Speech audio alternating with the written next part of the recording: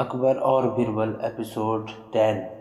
बीरबल की बुद्धि और समस्या को भांप लेने की कला के कारण बादशाह उन्हें खूब पसंद करते थे। इसी कारण से दूसरे लोग बीरबल से उतना ही जलते थे। इन जलन वालों में से एक अकबर का साला भी था।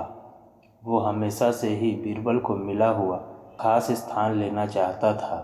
बादशाह जानते थे कि बीरबल जैसा कोई और नहीं हो सकता।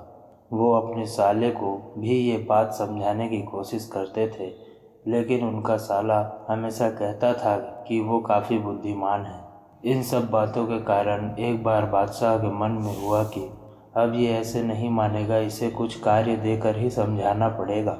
तभी अकबर ने अपने साले से कहा कि तुम अपने दिमाग और सूझबूझ से इस कोयले की बोरी को सबसे ज़्यादा लालची सेठ दमड़ी लाल को बेच कर आओ। अगर तुमने ऐसा कर दिया तो मैं तुम्हें तुरंत बीरबल की जगह दे दूंगा। यह बात सुनकर अकबर का साला हैरान हुआ, लेकिन उसे बीरबल की जगह चाहिए थी। इसी सोच के कारण वो कोयले की बोरी लेकर सेठ के पास पहुंच गया। सेठ ऐसे ही किसी की बातों में आने वाला नहीं था, इसलिए उसने उसे खरीदने से मना कर दिया। अब अपना उदास चेहरा लेकर अकबर का साला महल लौट आया। उसने कहा कि मैं इसे नहीं बेच पाया। इतना सुनते ही बादशाह ने बीरबल को अपने पास बुलाया। उन्होंने अपने साले के सामने ही बीरबल से कहा कि तुम्हें सेठ दमड़ी लाल को यह कोयले की बोरी बेचनी है। बादशाह का आदेश मिलने पर बीरबल ने कहा कि आप एक बोरी बेचने के लिए कह रहे हैं, मैं उस सेठ को एक कोयले का टुकड़ा ही 10,000 में बेच सकता हूँ। यह सब सुनकर अकबर का साला दंग रह गया। अकबर ने कहा कि ठीक है, तुम एक ही कोयले का टुकड़ा बेच कर आओ। बादशाह का आदेश मिलते ही एक कोयले का टुकड़ा उठाकर बीरबल वहाँ से चले गए। उसने सबसे पहले एक मलमल के कपड़े का कुर्ता अपने लिए सिलवाया, फिर उसे पहनकर अपने गले में हीरे मोती की मालाएं डाल ली और महंगे दिखने वाले जूते भी पहन लिए। इतना सब करने के बाद बीरबल ने उस कोयले के टुकड़े को सुरमा यानी काजल की तरह बारीक पीस कर एक कांच की डिब्बी में डलवा लिया। इस भेष में वो महल के मेहमान घर में आ गए। फिर बीरबल ने एक इश्तिहार दिया कि बगदाद में एक जाने माने शेख पहुंचे हैं जो जादुई सुरमा बेचते हैं। सुरमे की खासियत में बीरबल ने लिखवाया कि इसे लगाने वाला अपने पूर्वजों को देख सकता है। यदि पूर्वजों ने कोई धन छुपा कर रखा है तो वो उसको पता भी बता देंगे। इस इश्तिहार के सामने आते ही पूरे नगर में बीरबल के शेख रूप और चमत्कारी सुरमे की बात होने लगी। सेठ दमड़ी लाल तक भी यह बात पहुंच गई।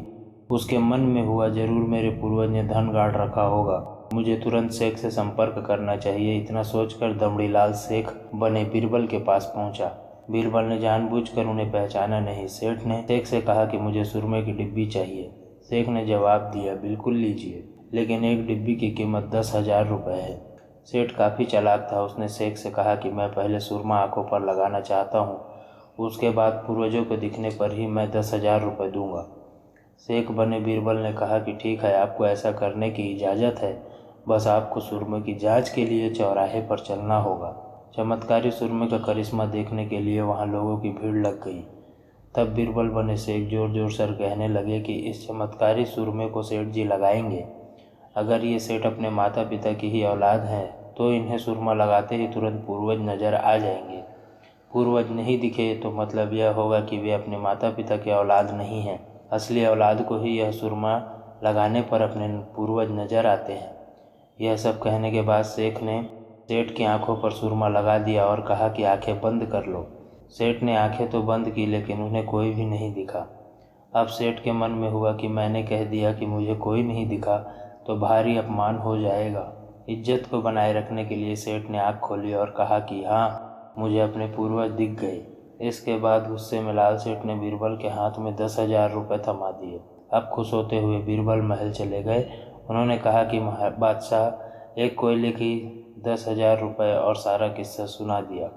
यह देखते ही बादशाह का साला मुंह बनाकर महल से चला गया। उसके बाद से उसने कभी भी बीरबल की जगह लेने की बात अकबर से नहीं की। तो इस कहानी से हमें यह सीख मिली है कि किसी से ईर्ष्या नहीं करनी चाहिए और अपनी काबिलियत को साबित करने के लिए बुद्धि का उपयोग करना जरूरी है।